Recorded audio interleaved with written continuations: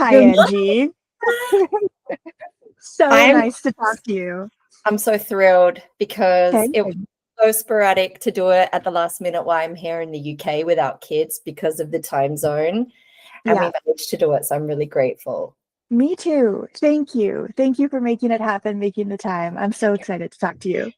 I like to start these conversations kind of grounding in place. So I'm here in Mhm. the UK in Brighton, where I'm not normally based. I'm in Brittany usually, but where are you? Right now, I am actually in my little brother's old childhood bedroom. I'm visiting my parents Wow. on the west coast of Canada near Vancouver. So, yeah, we're just here for the weekend, actually, and then Oh, heading back to the perfect. boat. Yeah. And you've just been sailing around basically your childhood stomping grounds, right, for the last season? Yeah, like technically, yes. In the sense that we've been sailing the coast of BC, but as a kid, I really never saw any of this coastline because you need a boat to access it, and we never had a boat. So it's actually been really incredible discovering just how much beauty there is around my doorstep that I never really saw before. Wow. So Yeah. I want to kind of go back in time then to your childhood because like this podcast is really like geared at bringing people together in conversation in a really casual way and less of an interview. But I like people to have some kind of background of each other's lives. And I think that your childhood must have like sparked this path of creativity that you've ended up on, and I'm really intrigued to kind of hear about how it was growing up in that coast. My auntie is actually from Vancouver, Oh, um, great. and I've heard some really lovely stories. I've never been there. The closest I got was, Washington State recently to Port Right. Townsend, Yeah. and I was blown away by the beauty. So tell me a little bit Mhm. about what it was like growing up there. Yeah. Well, I grew up in a small town called Gibsons on the Sunshine Coast. It's close to Vancouver, but you have to take a ferry to actually get to Vancouver. So there was that level of separation from the city. So definitely a small town feeling. I was actually homeschooled as a kid, not because the community is that remote. There's actually, I think, like 3 elementary schools here, but my parents both sailed around the world before I was born. They were crew on board a tall ship, so they never had their own boat. And I think they just sort of, they were just into alternative modes of living. And they wanted my brother and I have a younger brother to be able to follow our interests and passions. So, yeah, I was homeschooled. Homeschooling can mean a lot of different things because it's so dependent on how the family approaches it. But my parents were pretty focused on making sure we would still have like a pretty rigorous academic education as well. So we were allowed to pursue our passions, but we did school. I graduated with a normal Mhm. degree and had to do all my provincial exams and all of that. So yeah, that was my childhood. Beautiful place to grow up. Really, really good community. The more I see of the world, the more I realize how special this place really is. Yeah, it's often when you come back as an adult, after being all around the world, you realize like where you actually come from is really amazing too. And then you're looking at it from a completely different perspective. So it's almost like Totally. rediscovering, right? 100%. Yeah, When you were, I don't know if you listened to the conversation I did with Alice, who directed Women in the Wind, good I friend of did. mine.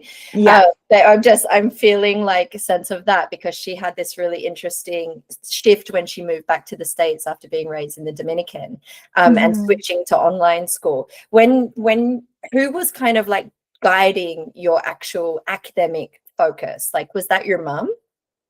Yeah, definitely. My mom mostly stayed at home with us. She's a nurse, so she would work sometimes, but she was able to kind of design her own schedule. So she was mostly at home with us. Um, and during elementary school, she really was the driver of our daily academic activities. But then going into high school, it became a lot more structured, sort of external from the home because I was enrolled in an actual uh, distance ed because Canada is so remote, and this is a big difference from Europe, where homeschooling in a lot of European countries is just like not allowed, right? Um, but because Canada is so remote, the government actually provides like public education delivered through a distance format. Mhm. So yeah, it was like the public curriculum. Everything was kind of the same. It was just self-paced and self-guided. Yeah. So yeah, like from a mother's perspective, wow. Like I had both of my boys, we were traveling nomadically, and I did the Australian distance ed program with them, Yeah. but very loosely because it's so much work. Yeah. Yeah. So huge respect to your mum for, and especially like going around the world sailing, and then I don't know how fast after that she had you guys, but like that's a massive commitment to then kind of get grounded and then be in charge of education at that age. Yeah, absolutely. She, if she's going to do something, she'll do it absolutely all the way, right? So she was really, really, really on it with all the homeschooling. So the apple doesn't fall far from the tree there. Yeah, I think that's fair to say. So, I mean, I always like to think that when I'm having these conversations, my mum is like the number one fan and listening, and she is often not aware of any background of anyone I'm talking to. And I try and like keep that in mind so that this is very accessible.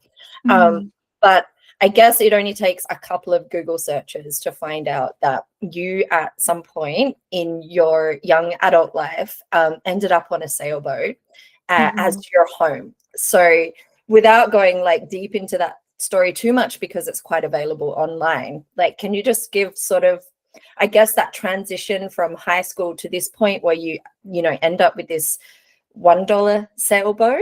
Yeah. I think. Yeah, the kind of elevator pitch of that story that I always say is at age of 18, I was given a $1 sailboat from some random strangers who to this day I've still never met. So it was Really? yeah, You've really. never met them? Never met them. Never.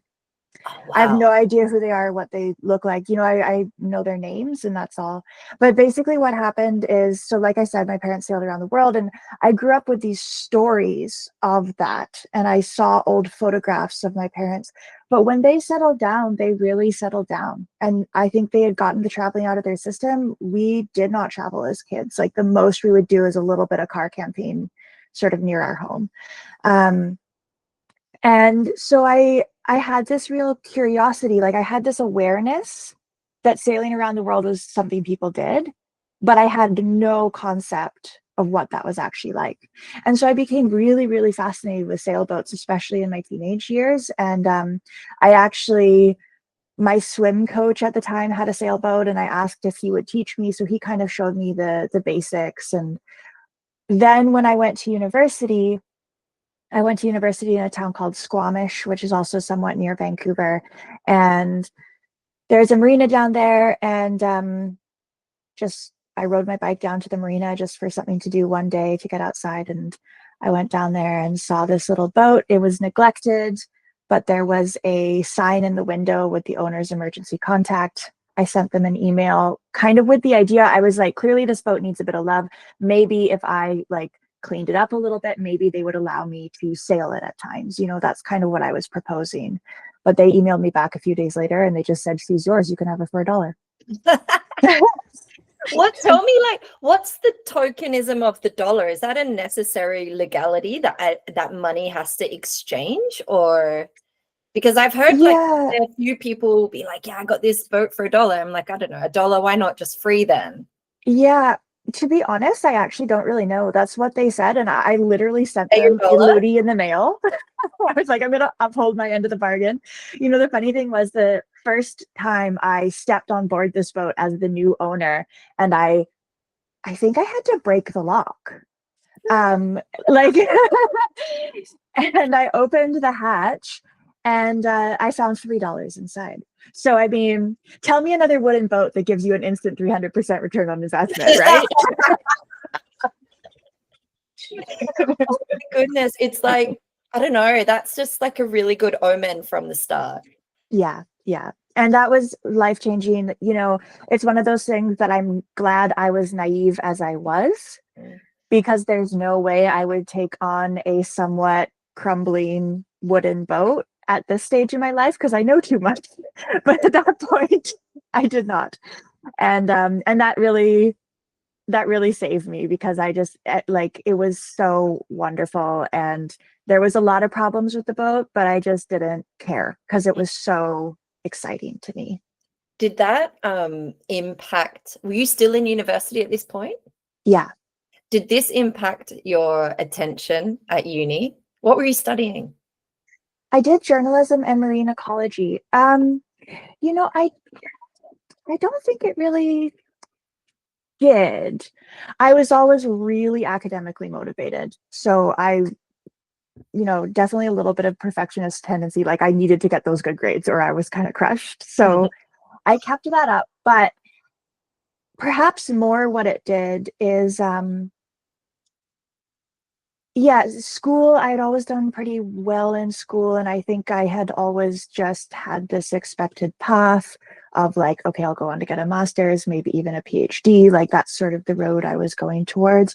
And getting the boat, being introduced into a very different world, that uh, maybe just pointed me in a different direction. I started to become a little disillusioned with the world of academia and more interested in sort of like this, kind of freer, more creative world that the boat was showing me. So it affected me in that way, but I definitely still kept up with school. Yeah. Yeah, it was really nice actually to have that break because at that point in my life, since the age of, I don't know, when did I start schooling, like 4 or 5, whatever it was. Um, I had never done anything else. Like school was always every September, I would return to it. And after university, because of the boat, I just decided I'm going to take a year and actually not return to school and see what that's like. And well, yeah, I haven't gone back. So So that was okay. So I just want to go back to this. Like you break the lock and you mhm. step inside this boat. How long had it maybe been sitting there? Was it like, what was the smell like? What was the feeling like? Was it just this very inviting thing with the $3 sitting there? Or was it like, oh shit, what have I got myself in for now? It's really funny because again, like objectively looking back, no, the boat was in such bad shape. It was a disaster. But at the time, it was the most exciting, wonderful, magical thing of my life. The amount of rose color in my glasses was insane. I actually remember, so the boat, it it was, musty. The engine didn't work. There was a ton of rot problems. Like nothing on board really worked. But it didn't matter to me. I was so thrilled. Like it was the first time in my life, I was 18. So it was the first time in my life I had my own thing. I didn't even have a car then at that point. And to have my own space that was actually mine was like a mind-blowing concept. And I felt like a queen because, I was living in dorms. I literally like didn't even have my own bedroom. I was sharing a bedroom with another girl. And so just having this space was incredible. And I remember there was a leak over the V berth. So the cushions were all wet and had also been like sitting there for years. And so they smelled bad. And there was this like massive diesel stove. And I remember trying to get the diesel stove running because I was like, maybe then I can dry it out. But I didn't know how to like make it work properly. So I ended up just filling the entire cabin with diesel smoke. But like again, 18, did not care, so thrilled and excited about life. And I was dating a guy at that time. And I was like, okay, you got to come down here. Like, we're going to spend the night on my boat. And I On my moldy, rotten boat that nothing. like the bed was wet. The whole thing smelled like diesel smoke. Like it was toxic for one's health to be in there. And so in the middle, he was game at first, but in the middle of the night, he's like, come on, like, let's go back to the uni. Like, this is not. And I was so mad. I was like, are you kidding me? I'm not leaving. It's like a relationship breaker. Yeah. I remember calling my parents in the morning. I was like, can you believe it? Like, he wanted to leave. We did leave. I was like, he made me leave in the middle of the night. My parents were like, I want you to take a step back from this, Maya. And he might have actually been pretty reasonable. Like, when did you first like sail it? Could you sail at all at this point? Did you have to call your mum and dad to go, okay, now show me what to do? Like, what happened next? yeah, so I wouldn't have been able to do this without my dad. He came, so the engine did not work at all. It needed a massive overhaul. And it's a testament to my dad that he even like worked on this with me, because I mean, essentially it was a raw water cooled engine that had been sitting with seawater in it for years. And so the entire inside of the engine was just solid rust. And we had to get a brand new cylinder head. We had to replace the cylinder lining. So like we rebuilt the engine more or less. And it took a really long time because uh, where the boat was in Squamish was not that close to where my dad was. So he could only come up every now and then. And, he was also working full time and all of this. So it took a really long time, but so yeah, I didn't leave the dock for a while, but that didn't really bother me at that point because, I was busy with school and, I couldn't just head off sailing. So it just stayed at the dock for a while. But then we did eventually get it moving, and I took it on a few little trips locally. But not too long after that happened, I met Aladino and then sort of moved on to different projects. So I didn't actually get to take that boat on a huge amount of adventures, but nonetheless, that was a extremely pivotal time in my life. I think also just the confidence that it gave me, that like I knew nothing about caring for a boat at all, and realizing that I could figure it out and make it work. At that time in life, like realizing you have that capability, I think was massive and like informed everything else that happened in my life going forward. And also, I guess, being able to ask for help, like even from your dad, but being okay Yeah. to be like, yeah, okay, I need a bit of help with this and teach me, Yeah. It was funny actually, because of course, before I accepted the offer, I called my parents to sort of discuss this. And my mom was like, okay, if you're going to do this, though, this is your project. This is not our project. And my dad was kind of like, yeah, your project. But then he just like wanted to be there at every at every moment. So I'm very grateful to him. That's so funny. Then, I mean, you said you met Aladino quite soon after this. Did you guys meet in Canada or did you meet in Europe? We met in Europe. So So what in Europe? Yeah, as soon as I graduated university, like I wanted to try something that involved sailing. And I last minute got this job via like a Facebook crewing group on a tall ship in the Mediterranean.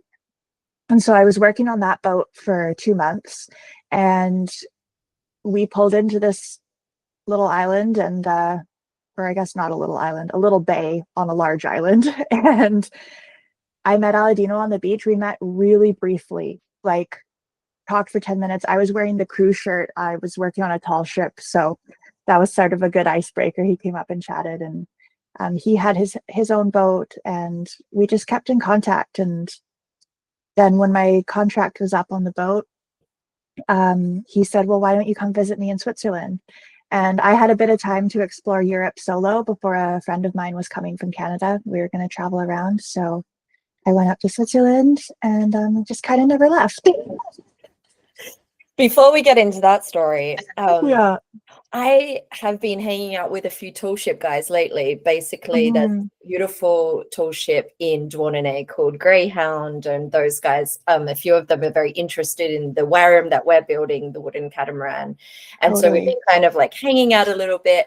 And this whole tall ship world, like I didn't know anything about it until I moved to Brittany.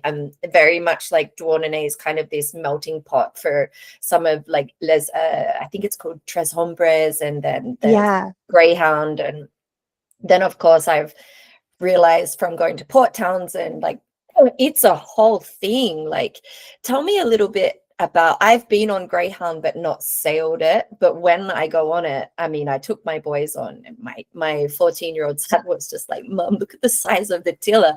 Like, these boats are on another level. And I just would love to hear about what your experience was like working on it for that summer.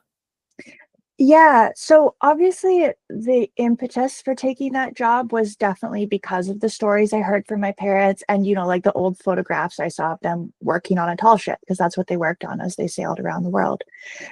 And they really worked on, traditional old wooden tall ships. And the job that I got was not really that. The captain of the boat actually built it, so it wasn't an old ship. There was a time in the Netherlands, I think it was like the 80s or something like that. I could be wrong, but a few decades ago, where it was a popular thing to take like old steel barges and just completely rework them into these kind of tall ship style boats.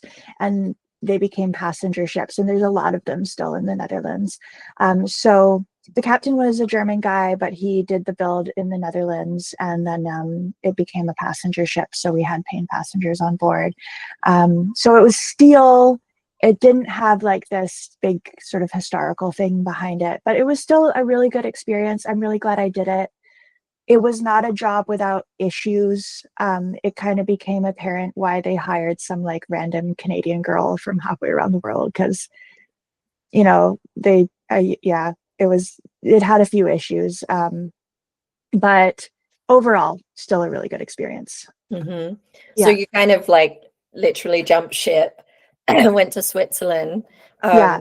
Was it kind of, I mean, I know from when you travel, when you meet Remy, my partner is French, and we met when I was kind of traveling around with my two boys as a single mom. And when you're traveling and you meet someone, it's kind of all in, no? Like, if you Yeah. got to stay with each other every day. And Yeah. that's really, from my perspective, I always say to people who want relationship advice, not that many people come to me for that, but if they do, I'm like, go traveling together, because you really get to know someone really quickly. So how was it for you? I mean, we both got partners. Oh, you're married, I'm married.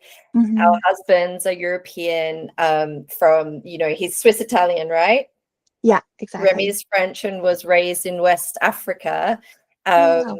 yeah, and it's, I don't know, I find it so interesting to blend your cultures together in the beginnings of a relationship. It's really Yeah. exciting, a lot of storytelling, a lot of sharing, how things were. Was it like that for you guys? Yeah, definitely. It was like that, but I gotta say that there was also like already quite a degree of familiarity built in.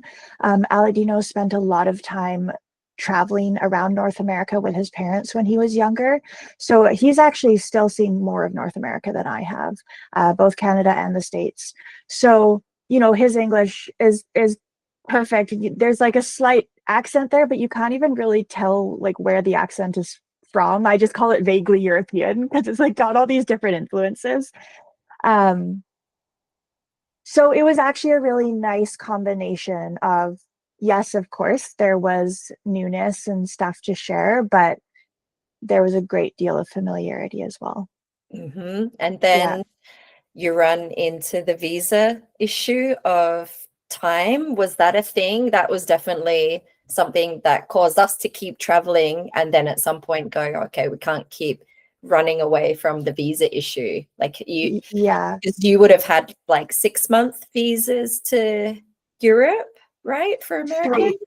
3 months. Yeah, Schengen. Yeah. Yeah. And I'm Canadian, but same thing. Sorry, Same yes. thing for in terms of visas, not same thing in terms of same thing, but Yes, same things in terms of visas. Yeah, 3 months. Aladino had 6 months in Canada, that's right. but so we actually got married after a year, which neither of us are like, neither of us are huge marriage people, I guess. Like, we both have parents who are still together, who did not have big weddings, who don't wear wedding rings. So I think we both grew up with a very similar concept of like, marriage is the relationship. It's not an event Mhm. that happens on a day. So yeah, we got married after a year to figure out the visa stuff better, and then Yeah. we officially lived in Switzerland for several years while we sailed around Europe. Yeah. So some people might not know the backstory of your first boat together, the one that I guess, was Aladino already working on it when you met Yeah. him? Can Yeah. you tell a little bit about that? Yeah. So when I met Aladino, he had just finished up an apprenticeship as a boat builder in Switzerland. And during that apprenticeship, he was also working on a project refitting this beautiful Vinda 32, which is this gorgeous boat that is from Sweden. It's a fiberglass hull, but a mahogany cabin top with teak decks, like very, very beautiful boat. And so he was rebuilding that one. It had fallen off a crane 20 feet onto concrete. And it was like this big insurance thing. It was sitting crumbled in a heap. Like the whole stern had blown off. The keel was crushed. Like it was destined for the scrapyard. And I think perhaps with a similar sense of like naivete and I can do this that I had when I got my first boat, he was like, yeah, no, I'll just rebuild this hull. And he did it. He did an amazing, amazing job. But obviously, that was a huge project. So when I met him, he had rebuilt the hull, but there was no systems or like paint or really much of an interior in the boat yet. So we spent the next year together finishing that, and we were actually living in the boatyard. Wow. Yeah, which is very rare for Switzerland. Like that's not really, something that you can do, but we had it figured out with the Mm. owner and all of that. And Aladino was working there at the same time as well. And yeah, we finished the boat together and launched it in Basel, Switzerland, and then took it down the canals to the Mediterranean. You, at some point, started to document this. Was that Yes. oh, I should start filming and we should do a YouTube channel? Or was it very much a different story? How did it come about to start telling this story? And is it like, did you have a strategy and a plan for this? Did it just grow out of kind of, I don't know, an idea? Yeah. So I had been thinking about it for several years already at that point because I had wanted to do a YouTube channel with my own boat, but filming everything yourself and then also like keeping up with university course load, I didn't get it done. And so when I was in Europe and, I didn't have anything to do other than just work on this boat and do that, I decided it was like kind of the perfect time. And I also thought, this is now a even more compelling story, like Aladino refitting this boat, and there's this like love story, and we're going to go sailing around Europe, which to me was like so exciting because Europe is not where I'm from. So it was like much more exciting than telling stories about where I'm from, which it's funny how that has changed as I've gotten older. But at that time, I was like, who wants to see the BC coast? Boring. Europe is so sexy and romantic, and Exactly. we've just fallen in love. Exactly. Um, but so there was all of these different converging elements, but one of the elements too was uh, feeling this sudden like need for some kind of creative outlet because I had I was in a band back home and I had all these friends that I would create things with and play music with, and that had dissipated. And not only did I not have my friends around, but there's like this language barrier that was very real. And so I really needed something to put my energy in. And that was kind of what it was at the start. And I had no idea how to make a video, but I always really liked writing. Mhm. So that was the first few videos. The writing was the central point, and the shaky video and bad audio was just surrounding it. Like, we come back from really similar backgrounds. I was a writer and then moved into filmmaking, but as a producer director. So I got to work with amazing cinematographers and like whole teams, even on Mhm. indie films. Um, and I guess knowing how hard it is to actually film and edit and do all those things, I'm just really amazed at how you pulled it off. Like, because that first kind of documentation of that, Mhm. I guess, sailing magic carpet #1, Yeah, right? yeah, yeah. It is really, I mean, I'm sure you look back and cringe, Oh but yeah. Oh yeah. it, it was really good. At some point along the way in the last 5 or 6 years, Remy and I started watching sailing YouTubes when we were developing the concept for the Floating Stories Lab. And Mhm. you guys, I don't know, I can't remember how we found you. I don't know if it was algorithm or whatever. But it was just, I think, as you were sailing through the canals, which we'll get to, because I'm Yeah. really personally in love with that. Um, Mhm. but Remy was just like, who is this guy? What is he doing? Remy's a little bit of a perfectionist too, and he Mhm. saw this artisanship and craftsmanship that Aladino had. But Mhm. like, I think not many people realize how hard it is to do what you guys did from the start. That Mhm. repairing this boat that had been completely written off by insurance and telling the story about it so well right from the start before you even got to start to enjoy adventures. Mhm. And how many years ago is this now? Like, it's time has passed since 8 that. years ago. I met Aladino when I was 20. Wow. Yeah. Yeah. It's been a long You time. guys were babies. Yeah. Truly. Yeah. It's funny now looking back and, like you see your face, like you look so different. It's funny to look back at those early videos. Like, who is she?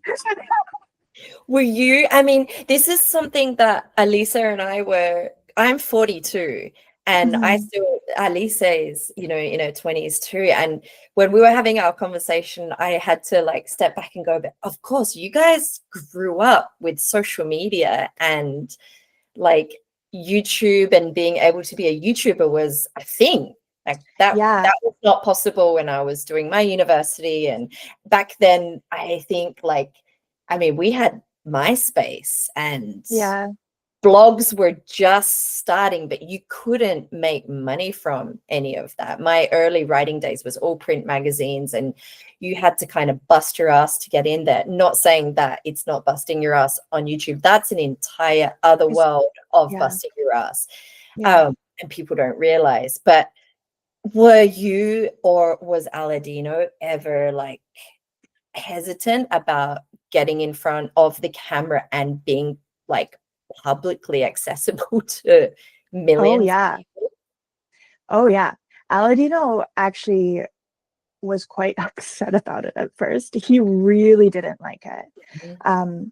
I grew up playing music and I grew up, know, playing music on stages my entire life. Like I've been on stages since I was 3 playing the violin. So that to me was not strange, but to him it was just he really hated it. Um, but at that time I was just like, you don't have to be in it, but like this is such a cathartic outlet for me. Uh that I want to make the videos and you can be in it as much or as little as you want.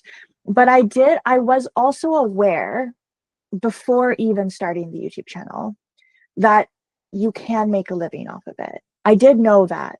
And I didn't set out with that exact intention, but I did set out with a bit of that hope. Mhm. And so I did kind of nudge Aladino like, if we want to sail and live this life, which he wanted to do, I was like, this could be a way that we do it. And it wasn't until that we actually started earning a bit of an income from it that he kind of warmed up, because I don't think he believed me. Like I don't think he like yeah. But once that started going, and now I mean now you watch him and he's wonderful on He camera, looks way more comfortable. Yeah. Yeah. Well, now he's the person that I got to see when the camera was off previously. Now the camera gets to see a bit of that Mhm. wonderful, charming, smart person that he is. So I'm glad for that. That's really nice. Um, how long did it take from when you first published a video to starting to see a trickle of income coming in. And at that point, you were juggling work, like jobs too, Yeah. to be able to finance the refit and think about starting to have a sailing journey. Yeah. Yeah. We actually were able to get a little bit of income trickling in quite quickly. And I think that was due to a few things. So just the timing of it. YouTube sailing was still really new, and I don't think we'd be able to do that at this point in time, especially with the amount of video knowledge I had then. Because I think at that time in YouTube, it was okay to post a pretty poor quality video, but if you had something to say, you could get away with it. I don't know if that's fully the case anymore. So it was a timing thing for sure. Yeah, so I think it took us about 3 months and still we started getting an income. And that first month that we got an income, because it's like you kind of go from zero to something, right? It's not this gradual incline, because when you start a YouTube channel, you earn nothing from it until you reach a certain threshold. And once you reach a certain threshold of views and subscribers, then you can apply to be a YouTube partner. Then you start earning some money from the ads. I also I didn't want to open Patreon right away. I'm sorry, my parents' dog. I didn't want to open Patreon right away. I wanted to sort of develop a little bit of a rapport with the audience first, and then I opened a Patreon. So that first month we kind of earned something. I think we earned 300 euros. Wow, And that's I was bloody good. over, right? That's what I thought. I was over the moon. But Aladino was still not a convert at that point. I remember him being like, I he was told like, you so. I know. Well, he was like, what, you want to live off 300 euros now? And I'm like, no, but we can scale this. We can do this. Our husbands sound like they would get along. Maybe it's this, I don't know, French, Swiss, Italian kind of skeptic of everything. But I think it totally is. You know, I always say, like, with the great benefit that we have of having such a close insight into sort of how would I group our cultures, like English speaking Western culture, because I think there's a lot of crossover between Australia and Canada versus the European mindset. I think what we can learn from the European mindset is this real attention to detail and quest for perfection in everything that they do. I mean, I'm generalizing massively, but I think it's a fair generalization to make. And absolutely relate to it. Yeah. Yeah. Combined with the Western English speaking's propensity to just try, that is sometimes a little lacking with people in Europe who don't want to try unless they know they're going to be very good at it. Yeah. So I think if you can combine those two things, like the willingness to just try with the drive to try well, it's really cool. And I think Aladino and I have been sort of working on merging those two things over the years that we've been together. Well, it's a willingness to fail as well. So I mean, I come in on that side of things all the time. Or if it doesn't work, I mean, I'm also 10 years older than Remy and had 2 kids already, and we have 3 kids between us now. He's just like, yeah, life is going to throw you all these kind of things. You just got to go in and try and give it your best. Yeah, it definitely has that perfection. I want to get to that because that's something very interesting, but not just yet. I want to go back to well, first of all, 300 euros like that quickly is huge. That's really, really cool. You must have been so excited, like, to realize that people were really receiving this. Oh my God, over the moon. I couldn't believe it. Well, because, and you know, 300 euros to us at that time, like, I cannot begin to overstate how broke we were. Like, we were really young. And at first I wasn't even really allowed to work in Europe.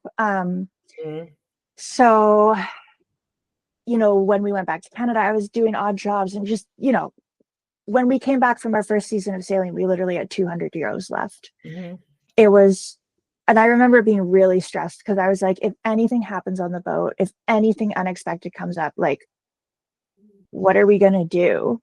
Like, It's always that thing hovering over your mind when you're also a foreigner in like, yeah, traveling around, and you've got to think of the insurance for if you have to go to hospital, or just if you need a ticket back home. And when, yeah, you have that red line, right? And I used to yeah. remember that if it was going below a ticket home, then Hmm. that was scraping the barrel, and I would start to get a little bit nervous. But I lived like that Totally. for a very long time.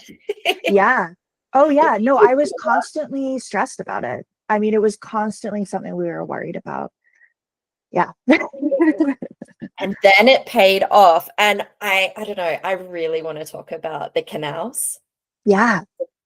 because that, I think I first sent you an email maybe back then, but we were really far apart. I was Mhm. living in the southwest, just near the Spain border. That was just when we first came to France after doing all of our kind of nomadic backpacking travels. Mhm. Um, and we had just started to take sailing lessons, and we come from a surfing background, but we understand ocean and wind and tides, but we were learning to sail, and we found you guys, and we started watching, and you were doing the canals. And my mum loves that kind of travel as well. My stepdad gets seasick, and I remember saying to her, "You've got to watch this episode. It was one of your canal episodes." I'm like, "When you come, we're gonna have our sailboat, and we're gonna demast it, and I'm gonna take you on the canals." It took a long time for us to get our sailboat, and now it's going to be too big to go in the canals. But Yeah. what was that choice? Like, it's kind of, did you first sail somewhere else before deciding to do the canals, or did the canals come like pretty soon? Well, so it began the first canal trip we did, because we've done two together. That's right, yeah. The first canal trip we did was not very well documented, because that was at the very beginning of our voyage, and that was done purely out of necessity, because the boat was in Switzerland, which is a landlocked country, and the only way to get to the sea is, well, you can hire a truck, which we certainly didn't have money for, or just put it in the water and take it down the rivers and canals, which is a great adventure anyway. So yeah, we put the boat in the water in Basel and took it down. There's like a tiny section of the Rhine River that you do, and then there's a canal called the Rhine-Rhone Canal, which empties out into the Saône River and then into the Rhone, and then you're in the Med. So that was the first part, and then we were in the Med, and that was kind of the goal. Like we really rushed through that first canal trip because we just wanted to get out sailing. Yeah. Then we spent, I think it was 2 summers. Yes, 2 summers, I think, sailing in the Mediterranean, which was beautiful and magical. And I'm so glad that we had that experience. However, it was so hot. Really? It was so hot. Like we circumnavigated Sicily in August, and it Oh, was like 40 degrees every single day. We were on our 28-foot boat. We had one fan on board, and the fan, it was like this, it was so loud. It was the loudest fan I've ever heard. So we could either, like, there was two options. You either have a little bit of a breeze, like in front of a jet engine, or you swelter in the peace and quiet. Like those are your options. So, I'm just like a pale northerner, and after 2 summers I was like, I am so I don't like sunburned and sweaty. I don't like the humidity. Remy grew up in West Africa. I'm from Mhm. Adelaide in South Australia, and then I lived in Japan for 10 years and did, like proper seasons of winter. He Mhm. loves humidity, and I can't stand it. Yeah, exact same in our relationship. Yeah, exactly the same. Aladino is totally good with it. But yeah, it was really hot. So I was like, why don't we spend a summer exploring some of the north of Europe next year? But that's when seasons really start to matter more, because exploring the north, that's going to be obviously much nicer in the summer. So we wanted to spend the winter getting north. And there was kind of three options. The first is like sailing around, but that's quite intense to do, especially in our 28-foot boat. The second option is hiring a truck, which we did price out. It was actually more affordable than I expected it to be. Um, but it was still, I'm trying to remember, I think it was like 4 grand, That's not that bad. right? Like across Europe, like Yeah, south to I'm north. confused, actually. Yeah. I mean, this was also in 2019. Yeah, before But COVID. exactly. But then the third option was to go through the canals, and that was the most exciting to me because we had kind of gotten a taste of them, but we had just been speeding through them, and I could tell that it was something I wanted to spend a bit more time with. So that's the option we took. So we set off up the Rhone River in November, very much off season. All the harbors were closed. We were like the only pleasure boat on the river, essentially. But that added sort of a magic to the journey as well. It's quite pretty through France at that time of year as well. But I could Totally. imagine like you're at this point now where I presume now like more regular income is trickling through Yeah. like sustainable levels, that I'm really interested in how it impacts decision making. So, I mean, yeah, you could get a truck and then take your boat on the other side and then you start going north, or you can film a season of this Yeah. adventure through the canals, which not that many people are actually documenting or documenting well. So Mhm. just tell me from like a creative perspective, how now being, I mean, you're quite very successful now on YouTube, but even at that time when I would say you were thinking this is success, we can do this, we're getting paid, this is awesome. Like, Mhm. how does that impact your creative decisions? Oh yeah, I mean, to me, the taking the canal option was a total no-brainer because yeah, exactly. It meant that I could make stories about that whole trip. The truck would be such an anticlimactic story, right? So it wasn't even really an option. Like we priced it out just to know because we priced out everything, right? Like we priced out how much diesel it would cost us to cross all of Europe on our under our own power and just to see. But And it, you've it got to turned out get to the mast off as well. Like you've got to pay for the mast to go up and down, right? To go yeah, the canals. yeah, and I don't think that crane was a ton. I I think don't remember all these numbers now, but I know someone else who's done it, and I think it was like might cost 100 or 200 euros to step the mask, something like that. a You're paying hundred for sounds crane, about right. right? Yeah. Exactly. Yeah, 100 sounds about right. And then actually traveling through the canals is quite affordable. You pay for a canal pass, which allows you to go through all the locks and stuff. And again, I'm foggy on the numbers, but it was a fairly small amount. It was like 100 or 200 euros for the month, but that also means that you can tie up to the docks Mhm. outside of locks for free. So like 100 to 200 a month for your dock space as well. Like that's crazy. And then because we did it in winter, like a lot of the marinas we went to, all the power was turned off and everything, but they were closed. So we didn't pay. We just tied up and then continued on our way. And how did the channel go after that season? Did it start to grow further? Yeah, it got really that that was a big turning point, I think, in the channel because up until that point, we had gone back to Switzerland to work every winter. And this was the first winter that we weren't working, like we were just doing the channel. And so that felt like a really big move. It was a little bit scary because we didn't have that guaranteed income that we knew would get over winter. And so that's when I started to really try more with the videos.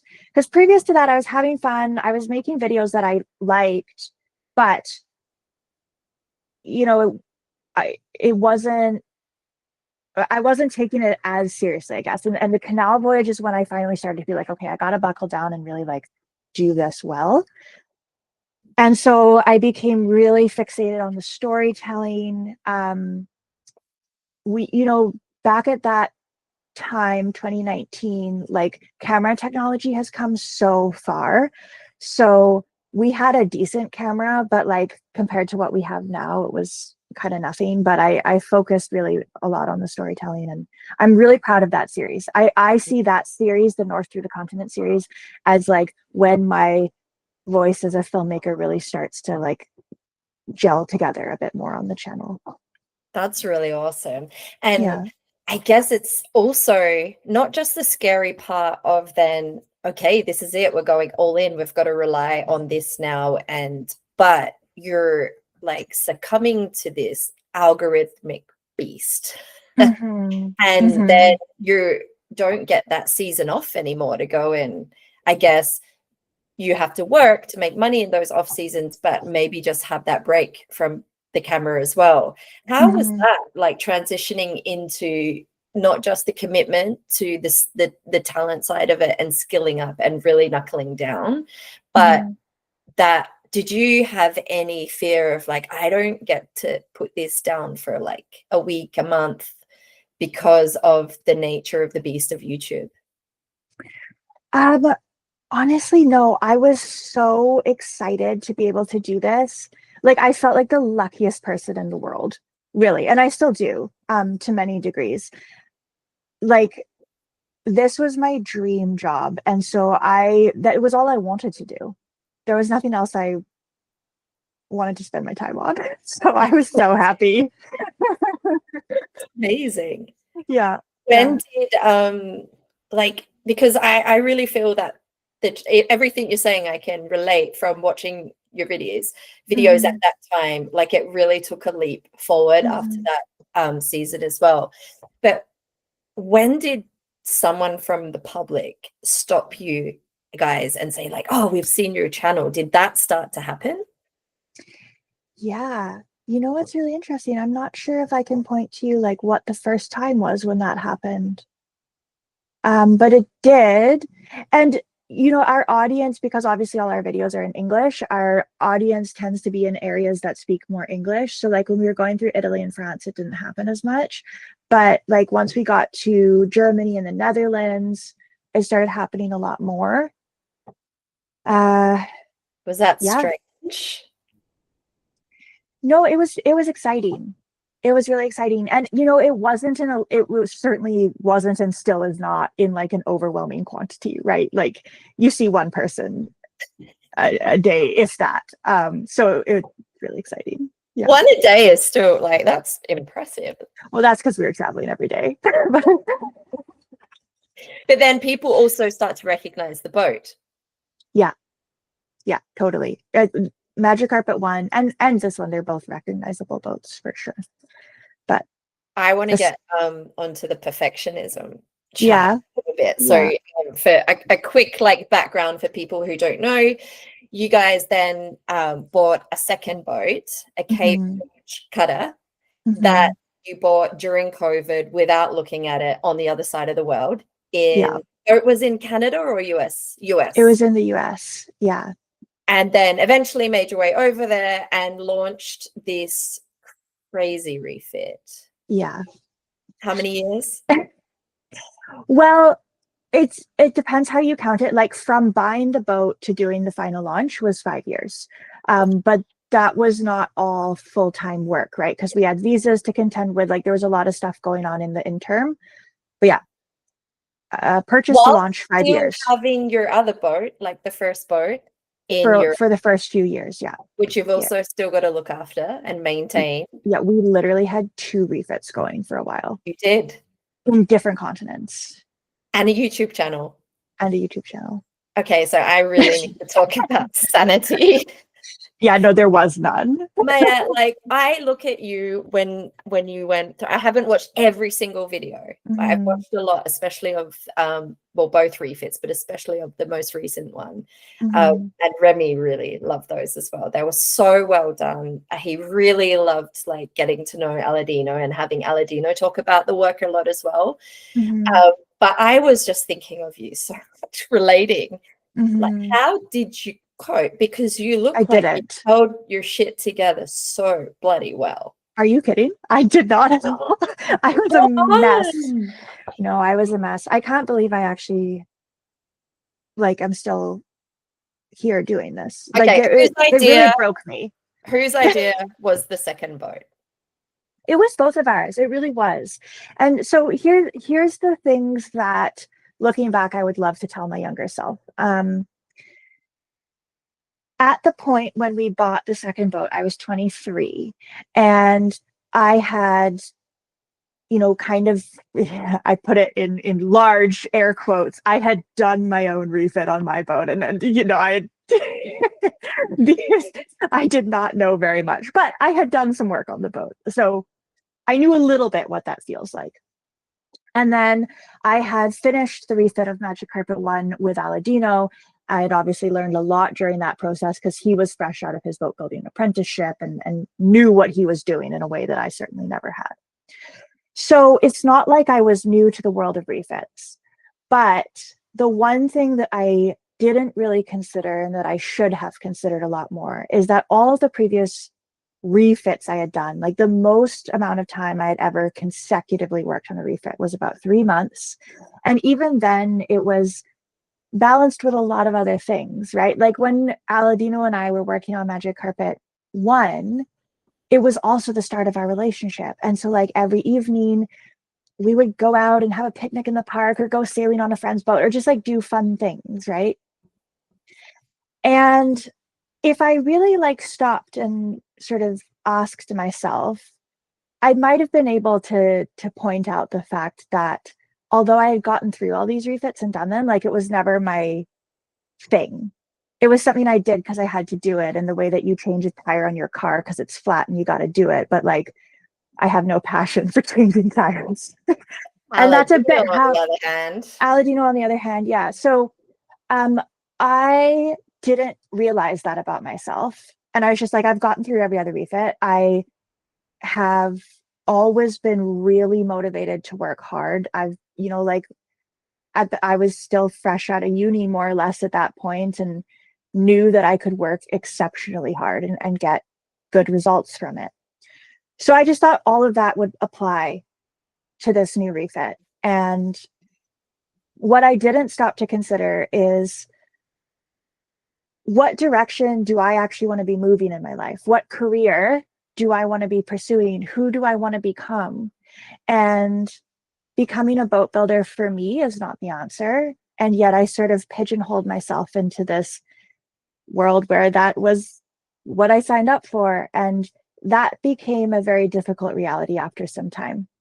I think there was also a sense of just like total loss of control because at first we thought the refit was going to take 2 years. And I remember I got through the first 2 years okay. I was like, I wasn't like having tons of fun, but I was totally fine. Kind of like, I don't know, sort of like in the way in university, you're like working really, really hard, but like you're fine. You're like working towards something you care about, right? Or at least that was my experience in university. And at the end of 2 years, I remember looking around at the boat and it was just an absolute disaster. Like it was pulled apart. It was just completely unusable as a boat, right? There was no deck, there was no cockpit, there was no interior, there was like nothing. It was in considerably like worse condition than when we found it. And I just remember looking around and being like, okay, this is 2 years. I've held it together, but I don't know if this was a good idea. And I really struggled kind of from that point on. I struggled a lot. Did you have a physical reactionary breakdown? Like, was it really hard to just kind of get up and know what to do each day and like stay on track and film? And I know like you talk about that you stopped playing music. For those who don't know, you're an incredible violinist. Like you could have an entire channel or albums just with your music. I love your music so much. Thank you. And you stopped playing because you say you play for joy, and that joy had kind of been sucked out of you. Oh yeah, I was a mess because it was a lot more than just not really loving the boat work, which was a part of it. Like that's not my passion. That's something I get through. But it was much more about like at that time in life, mid-20s, I was just like, what am I working towards? What am I doing with my life? What choices am I making? And why do I wake up every day and keep making this choice that's making me miserable? But then at the same time, there was a lot of guilt associated with that feeling because we had this channel and there was this audience of people who were so kind and supportive and cheering us on and making it possible for us. And I didn't want to disappoint them. So I felt very stuck. I didn't feel like I felt like the only way through it was to finish it. And so that's what ultimately I ended up doing. Wow. I really, really appreciate you sharing that, because I think that it's really important to be honest, and YouTube Mhm. can be this place where, exactly what you say, creators feel guilty if they're not showing up and being bubbly and inspired, Mhm. because a lot of people are inspired by these channels, Mhm. especially boat refits and boat builds. It's the inspiration, or yeah, I really Mhm. appreciate you sharing that, because I mean, it's a bloody hard thing. And what you guys did also, you were not home, like you were not in your Mhm. home, you were not in Switzerland, you were in another Mhm. country. How was Yeah. it living with, or in someone else's place, Mhm. and being detached from kind of maybe the comforts of having family around? Yeah. The place we were living was amazing. The people we were living with were so incredible. So that was wonderful. I mean, we were still nonetheless isolated from the other people in our lives, but that I'm truly grateful for the situation we had there in Washington State when we started the refit. So that was okay. But I mean, I definitely missed having, my friends around, folks my age, who, going through similar things. I felt like very isolated, like nobody that I knew was doing really what we were doing. We started to meet a few younger people doing refits towards the end, which was really, really helpful. But And was yeah, Aladino no, it was hard. having fun? Like, obviously, when you started to Hmm. not like express that you were not, I mean, I can only imagine as a husband that it sucks to have your partner, whichever way it is, Hmm. feeling shit. But Yeah. he loves boat work, and he has such an attention to detail. And you can see that he is moving at a pace that is just right for doing things properly and thinking Hmm. kind of like the long term. We have an advisor, Pascal, is a 68-year-old retired boat builder who is a perfectionist. Um, Hmm. and then Remy is already a perfectionist. So I'm like, God, I'm Hmm. screwed with these two. Hmm. I'm very grateful though, because what I'm learning is doing it right now is going to Hmm. save us so much in the long run, and taking the time now and getting everything right. But then there's a Dutch saying, I don't know the actual Dutch, but Hanneke Boone, who designs the head of Wareham Designs, she told me they have a saying in Dutch which means don't be an ant fucker. And it's basically like at The some Dutch have a point, way with words. yeah, I love it. I love it. And I'm always, saying to the guys, okay, are we ant fucking right now? So Hmm. how was your relationship with someone who really pays attention to detail and is a perfectionist, and I presume was enjoying the work whilst you Hmm. were absolutely hating it at one point? Yeah. Well, a few things. First of all, like that was a real test of our relationship, and I'm really happy with the results of that test. Essentially, like Aladino is the kindest, calmest, most wonderful person, and most wonderful partner, and he really just wanted me to be happy, and he did everything that he possibly could that was in his control to make that happen. And so I certainly questioned the future of the refit and the future of what we were doing, but I never questioned the future with Aladino. Like he just proved himself over and over again. But I also, and I think this is such an important point and something that gets missed sometimes on YouTube, is that no matter how much you like the work, doing something like this is still going to be really hard and is going to challenge you and make you question it.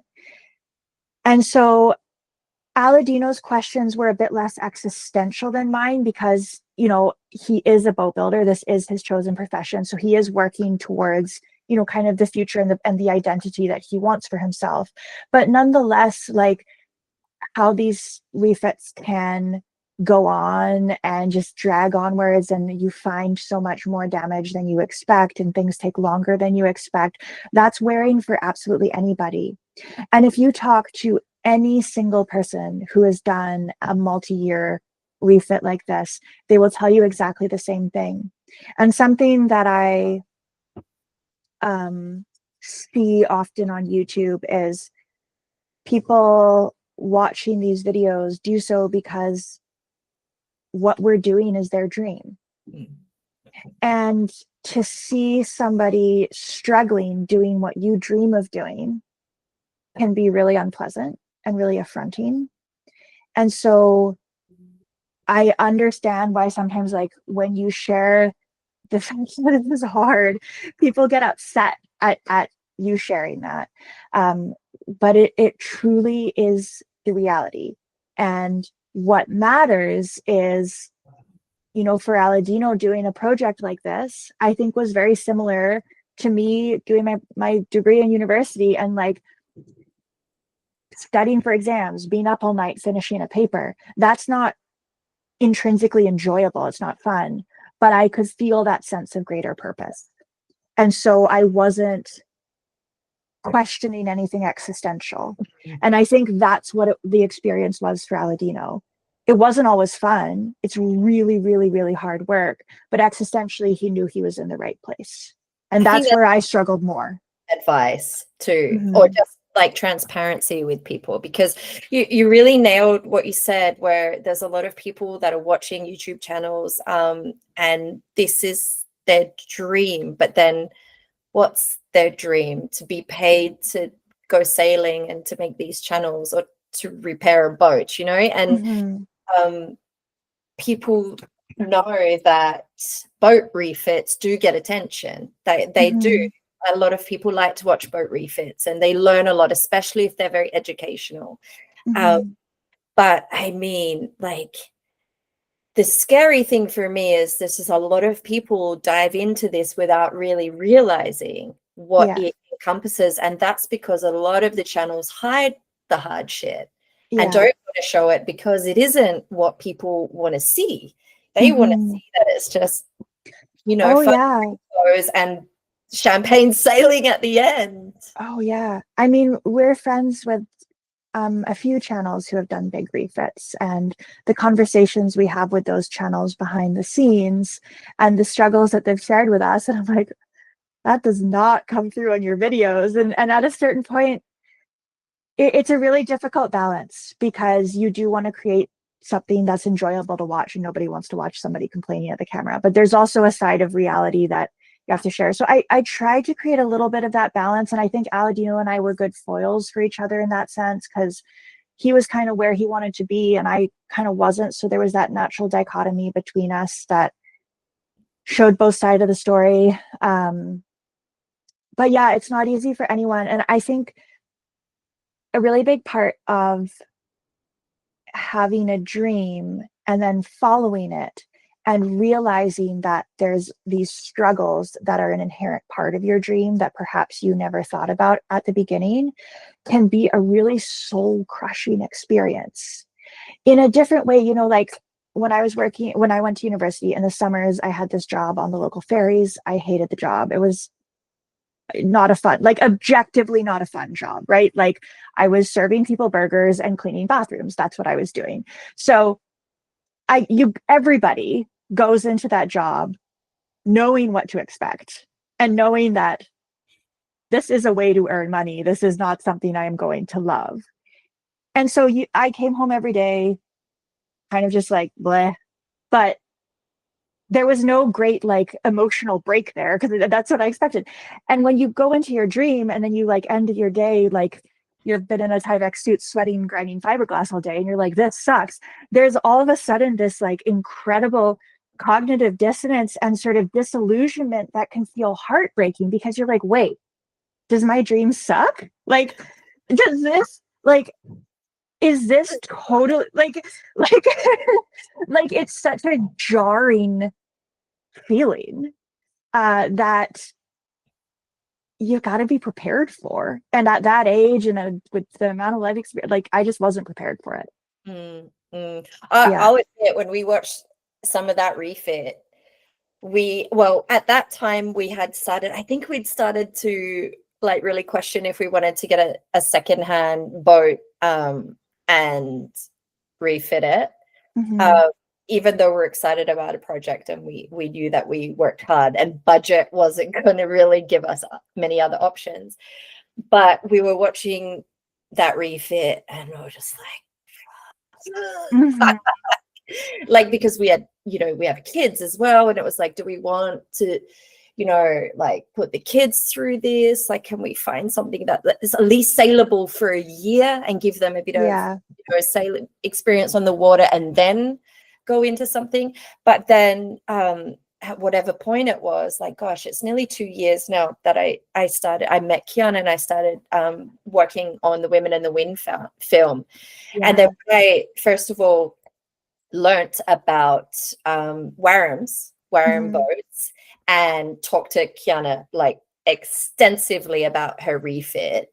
Mhm. And I remember saying to her, look, I've been, watching some refit videos on YouTube, and like, it looks like it kind of fucking sucks. And Mhm. do you think it would be like harder work to build a new Wareham or to get an old one and refit? And she was like, Angie, build one from scratch. And I was like, Yeah. okay, well, that's what we're doing. And it's Yeah. a interesting experience, because that is a huge project in its own self. Totally. And but I don't know, I'm someone who, so I grew up in a when my parents bought the house, my mum was a hairdresser, and we lived in the back of the salon in an apartment. Mhm. And then at some point, I don't know, it was maybe 8 or 9, and they bought a house that needed a huge renovation. And Mhm. I love you, mum and dad, and they still have the house. But Mhm. I lived in a renovation like my whole life. I think it took 10 years before they traded the concrete floor of our kitchen living area for an actual floor. And it's Mhm. also why they're so attached to the house, and they won't downstairs Mhm. now. But I say to Remy all the time, like, I really hate renovations. And when we were living in Montreal in Canada, he started working in renovations. He loves working with his hands. And just the thought of being involved in a renovation of a boat, Yeah. it's like giving me traumatic triggers from my childhood. Yeah. And then having this opportunity to also, I mean, the boat we're building is we're able to buy materials as we go as well. Like, obviously it Mhm. works out cheaper if you buy everything in bulk, but it gives people access. So, I mean, it's really interesting, because I want to say that your honest sharing, even though I also realize you're probably telling me more now than you put on the channel, you did share a little bit of your hardship, and it was Mhm. real and transparent. And honestly, I feel like it helped me make a really good decision. So thank you for being Good. honest. It's so funny how different people come away with such different takeaways, because like we dissuaded you, but the amount of people we've inspired to take on refits, and I'm just like, oh gosh, like I hope you're ready. Like, Well, I like, mean, oh that's boy, happening you with watched us all that with and now you want to do it. that's happening with us with the build. Like, gosh, I'm just like, really? I mean, we're Mhm. even, I don't know if you're watching any of what we're doing. We're really Remy broke his neck, and so that put Yeah, I that saw put that. us back a That little bit. that's so rough. I'm so sorry. Okay. Yeah, Gosh. don't race yourself on a bicycle. Not when you We had the keys to the boatyard a week before, and then he went and did that. So that Oh put us my back a God. little bit. But what was interesting about that happening was it thrust me into the build. Like, I'm the writer, I'm Mhm. the producer, I'm the communications person. I'm excited to be involved in the build and get my hands dirty, but not like I was suddenly the only person who could show up and work. And I was just like, this is not how I plan to spend my summer. And I was really like, shit, how did I get here? I Mhm. don't want it. And then having to film myself do it, Yeah. which was not the plan. Yeah. It's huge and really, really challenging. But I'm really lucky we were able to have a lot of people come, at least for Yeah. the start, to build the floor and help. But at this stage now, where we're planing and we're cutting stringers and it's moving ahead. But I've heard a lot of people say that with Warrams, you build them upside down, and you build, well, we're building 2 hulls at once. And when you Mhm. flip them over, you start to do the inside work. And Mhm. that's when people can start to burn out, Oh, because that's when it interesting. gets really fiddly. And, Yeah. you know, you would Yeah. know from all this work. I mean, your boat was really an inside job for a lot of it, right? Like, I mean, it was everything. It was Yeah, it was a lot of everything, but yeah, there was a lot of inside work. And Yeah. yeah, I mean, I'm still at the motivated, excited stage, and actually working with wood, which you would know from working with wood as well. Like I'm really, really stoked that the fiberglass that we have on our boat is only a very thin layer on the outside of sheathing. So it's Hmm. working with wood has been really incredible, and working Good. with it at this stage is feeling like a co-creation with the materials, which is really cool, because that's something I didn't expect at all. I didn't expect to Good. have these kind of emotions come out. So Hmm. what I would like to ask you, like, what is something positive that you didn't Hmm. expect from the refit?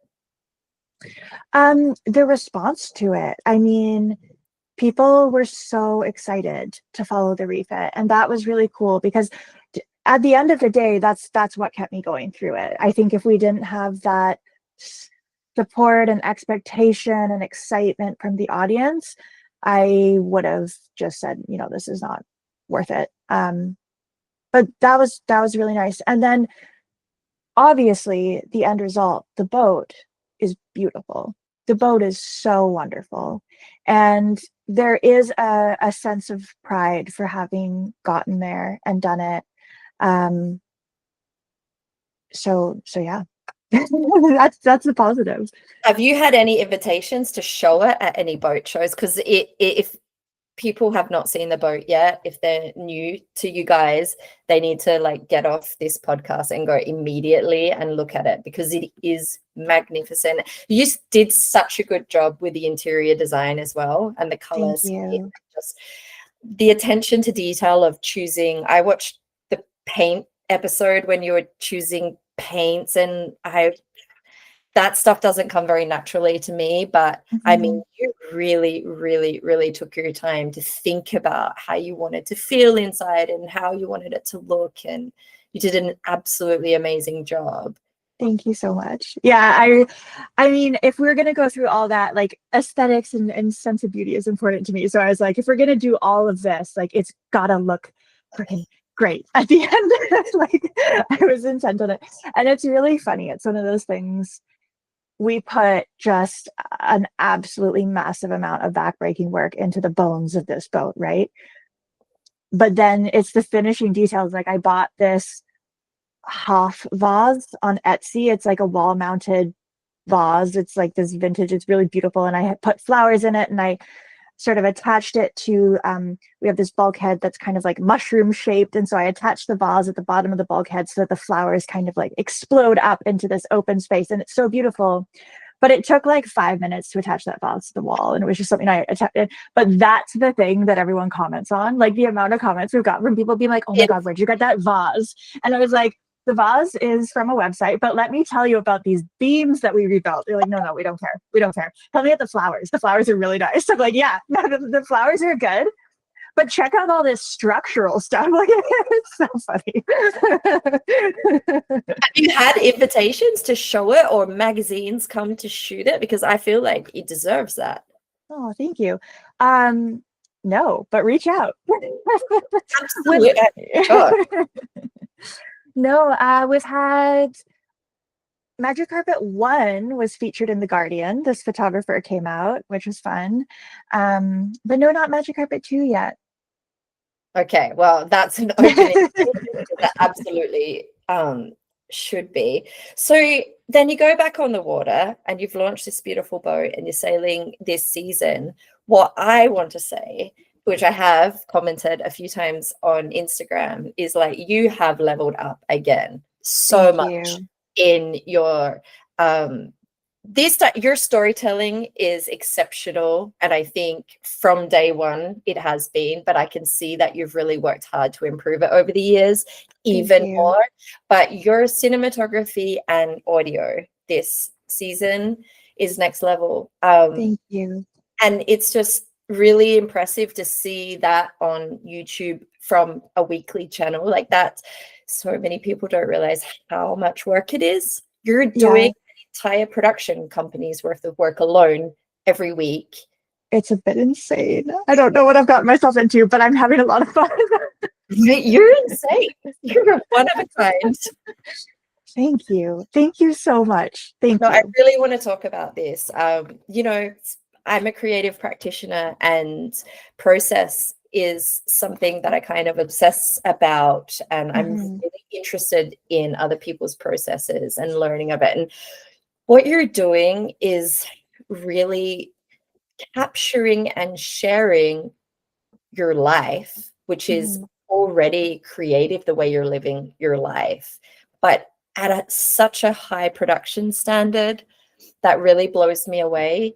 And I kind of want to talk about like both sides of that, the realities of how much actual work goes into one 30-minute episode that you Mhm. share for free on Mhm. this platform called YouTube, and how much life you get outside of that, outside of not just holding the camera or being behind the camera, but the planning, the editing, all of it. Like how much Mhm. actual life outside of that can happen too. Like how do you balance those two worlds? So it's like 5 questions in one, sorry.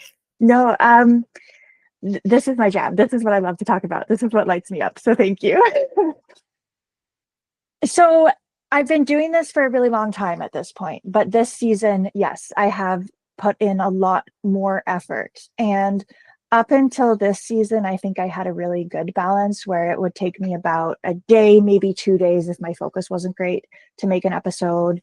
That was, really easy to keep up with for the most part. Like the filming, like that's a day or 2 days of just pure editing on the computer, right? The filming is separate. Away from that, planning the episode, all of that's different. But this season I have just there's a few reasons for it, but I've really wanted to just push my boundaries as far as I can take them. And I've started, now I'm spending like 3 days editing an episode, but then I also have to be filming. I try to film 2 episodes a week because I like to have some time off in the winter. um So it's been a really intense summer, and like literally the only reason I'm able to do it is because I love it. If I didn't, this would actually be impossible. It would be impossible because I'm working way more than a full-time job's worth of hours every Thank week on you this. for being Yeah. honest. I Yeah. think, first of all, I think it's important again to be transparent for people who are like, oh yeah, I can do this, I can make this my, Mhm. the level you're doing is really, again, it's a production company, documentary, high-end, um quality, Thank and you. more in terms of volume. Like Mhm. The we volume's insane. I'm it, wondering if I should like step back from that a little bit you're in still the coming weekly, right? years. We're You're still weekly. Yeah. walk me through a week of it's intertwined life and filming. Mhm. Through like just a really sort of basic week in terms of how you go from the planning. I mean, planning your actual life, the sailing, Mhm. and Mhm. how you're going to story tell it. So, the strength with Aladino and I, the way we work together is we've got really different skills, and at this point, we've really like set up a really clear division of labor. This would not work otherwise because we can be really efficient in our decision making because we just trust the other to make the decisions that pertain, like that's kind of in their wheelhouse. So Aladino does the sail planning and like he figures out the route and where we're going, and he takes us there. I obviously sail as well. But at this point, like mostly he's sailing and I'm filming it. But sail planning, like, weather routing, all of that is a huge amount of time, making sure that the boat is in good working order. And he does that. And I wouldn't be able to do what I do if he didn't do what he does, right? And vice versa. Like it's very, we've got a really good balance. Um, so yeah, he takes care of that, figures out where we're going to anchor every night, and then I just tell whatever story happens around that. So the it's really more planned around like the sailing, and then I just whatever ends up happening, there's always something interesting happening when you're out on the water. I just try to film that. And I've definitely shifted a little bit. Like at the beginning, I really did just like film what was happening. And I find that now I am also creating scenes in a way, you know, like I'll ask Aladino to go row around in the dinghy so that I can get that shot. And I'm getting that shot. Like I'm asking him to do that so that I can get that shot, not because he's rowing somewhere anyway. So yeah, there's a little bit of you know, shooting things just for the film, and then some just like real, like, you know, shooting the reality of what's going on around us. How do you discipline yourself not to overshoot? Oh, I don't. The more I can shoot, the better. So I work Especially, with editor Tim. He's actually yeah, he's the color grading on Women in the Wind. So he and I have worked together for God. I have so Like much. The color grading on that film is so insane. I wanted to talk. Maybe Tim yeah, I have a lot of questions to ask you. Actually, I don't know if this can be yeah, part of the interview, but you maybe can do that. afterwards or something. Yeah, Because we can do that. We can do that. okay, yeah, That's why it's fire pit talks. It's supposed to be an open conversation, but obviously it's also when I get to ask shitloads of questions. totally. So Tim and I worked together when I transitioned from magazine editing and writing into making my first surf adventure film. We went to Peru together. He was both the cinematographer. I had two cinematographers on separate trips. So Tim and I went to Peru together. He shot, he edited, and he did the color grade. But later in, I don't know, a few years later, he's got kids as well. He was like, I'm done traveling. I'm done filming and editing. I'm only going to focus on color grading. But something Tim taught me many, many, many moons ago was to be careful not to overshoot. And that was because we were traveling a lot and we had to, you know, have everything on hard drives. And Yeah, I know that we shot that film, I think we did half on Sony and half on Red. And Red takes up a lot of storage space. So absolutely. yeah. And then I know, like, when I heard how much footage Alisa shot on on the Women in the Wind voyage, I nearly had a heart attack, and I felt so sorry for Aileen, the editor. But yes, so I wanted to ask that because you're traveling around and you have hard drives and you have to store all this footage, and you're clearly shooting in a great resolution or in RAW because you're color grading. So how do you store it all? Yeah, so I mean, I just have those like orange LaCie hard drives. You can buy them in like 4 TB. I've just got like a massive Tupperware container filled with those. That's my entire organizational system. Don't come to me for like organizational system tips because I'm like it's a little bit messy, but I get it done.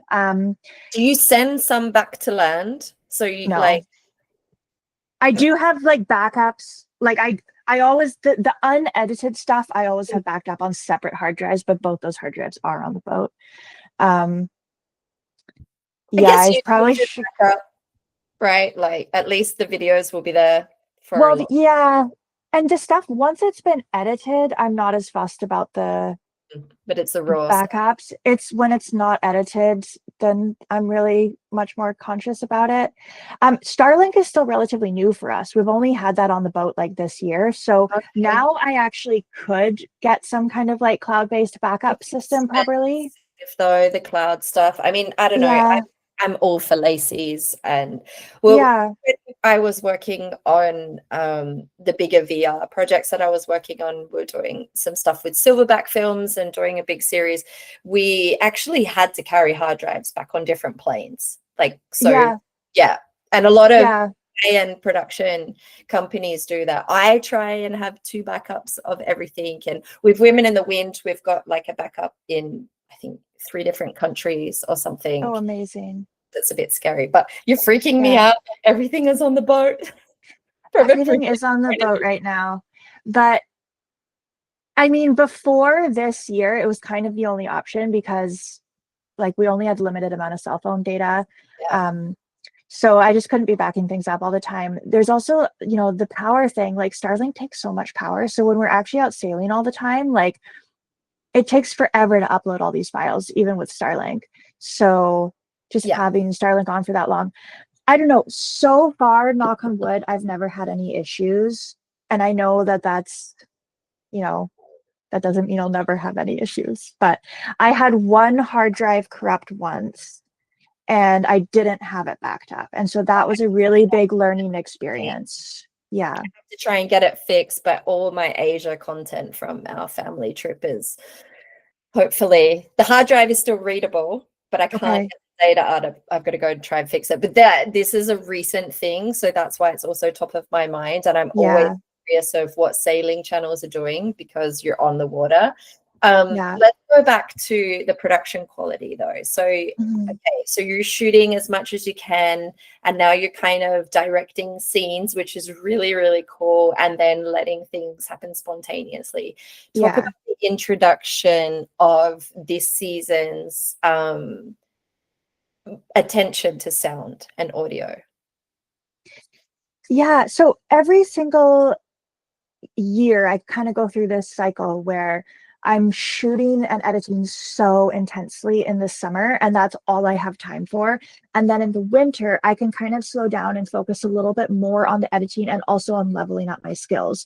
And so usually every season we head back out onto the water, and I have spent that winter, yeah, like learning something new. And so last winter I start just became interested in doing audio because I felt like that was kind of the one piece that I hadn't paid a lot of attention to previously. I also tried to just like soak in a lot more inspiration from cinematographers I admire, and Women in the Wind was huge. Like Alize is just so incredibly phenomenal. Like I have gone through her Instagram with a fine tooth comb, just like soaking that in, that beauty, and yeah, trying to use that as inspiration. Um, there's I a would lot love of to moderate a discussion between you two, by the way, when she I gets mean, out of I the would lighthouse. love to meet her. I would love to. I have so much admiration for what she does. She's amazing.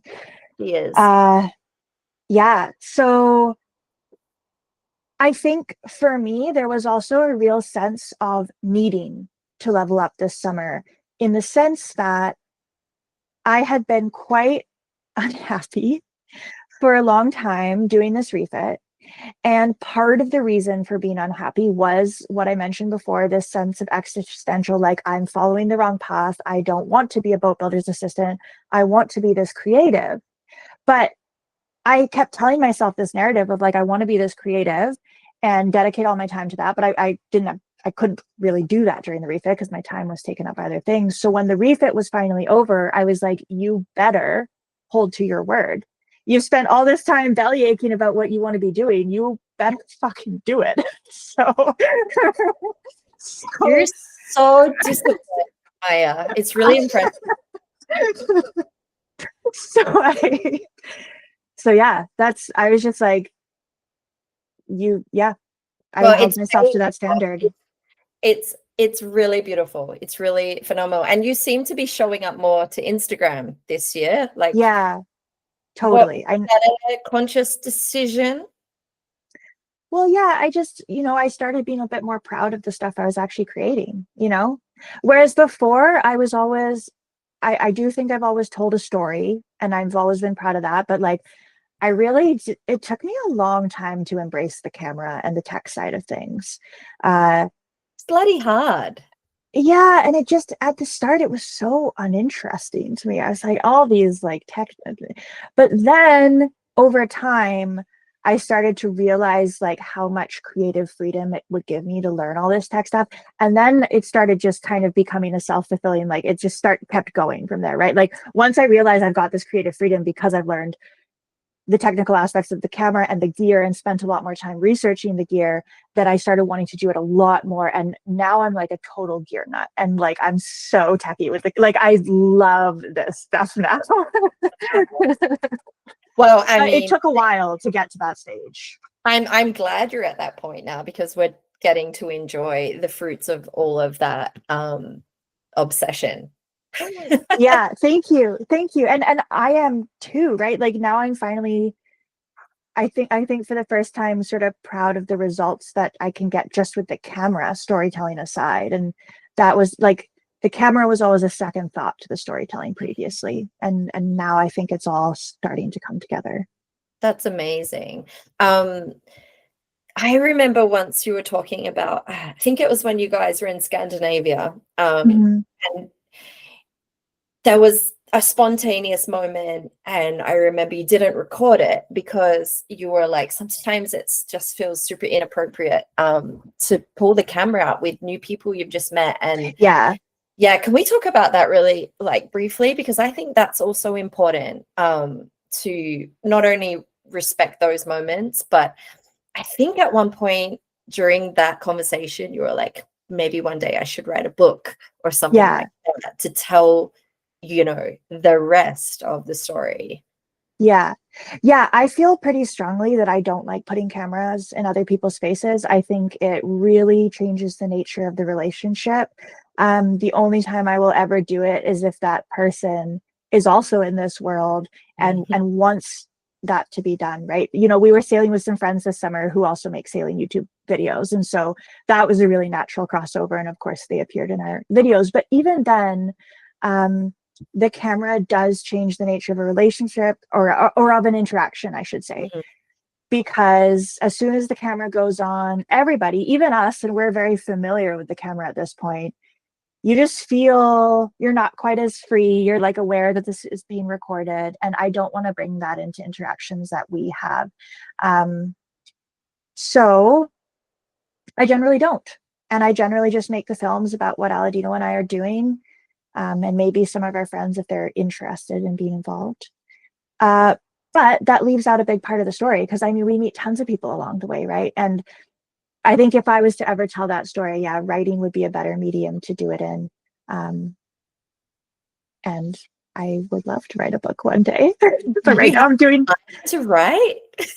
not really. I'm actually trying to do it right now, but I'm hesitant to promise anything because Mhm. I am a little nervous about the time commitment that Mhm. would entail. But we'll see. I'm trying. I'm hoping to. I've Yeah. I've got my first chapter. Oh, wow. That's good. I remember Kiana and I were talking about this. She was like, I got to go and lock myself somewhere off the boat for a period of time to if I'm going to get a book done. Yeah. And Veronica, who's in the lighthouse right now with Alice, she did that. She went and put herself in a gorgeous little right. I'm as a mum, I just Mhm. fantasize about kind of thing because there is no time to Yeah. sit in a quiet corner and write peacefully when you have a bunch of kids, which leaves me to ask, not about kids, but the Mhm. future, Mhm. where, because you look like you're really, really, I would say, thriving and just beaming in this season. And Mhm. so I can only imagine like so much more creativity is just pouring out of you for the next couple of years at least, even though you're really turning out this crazy amount of work per week, which I really Mhm. commend you on. It's a lot. Thank you. What are the plans for the next couple of years? We're gonna do a Pacific loop. We're gonna head down to Mexico next year, and then across the Pacific. French Polynesia is the big goal. And it's kind of interesting. Like, I think during the refit, because I was unhappy, and I was fixated a lot more on the future then, because I was just, it was a way to plan escape. And so at that point, all I really wanted to do was like feel a little bit more grounded somewhere and maybe start a family. But now with the boat and it going so well and feeling so creatively fulfilled, like I feel a lot less in a rush to do that. So the kind of plan is do a Pacific loop and then see from there, Mhm. reassess if we want to come back to Canada and start a bit more of a hybrid land-based life with a family, or I don't know, maybe we keep sailing, but that is open. Well, if you guys need like a trial, just come and visit us in France. And we have a 2-year-old toddler who's going through terrible twos and terrible threes all at the same time. Oh wow. Yeah. Come and have a little taste of that, and then we're like, yeah, Yeah. let's just keep doing this for a while. Oh, I love her. Yeah. Gosh, it's a lot. It's a lot. I know. Yeah, it does. And a lot of my friends are going through that now.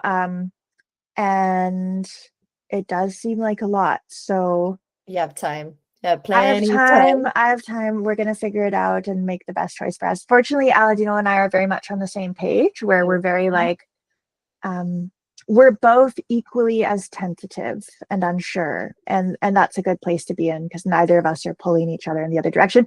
On the other side, it's maybe a hard place to be in because neither of us really know. And so we're both like, what do you want? I don't know. What do you want? I don't like so yeah. Yeah, No. it's I mean it's life changing, and I wouldn't be where I am or doing what I'm doing now if it wasn't for my beautiful three children.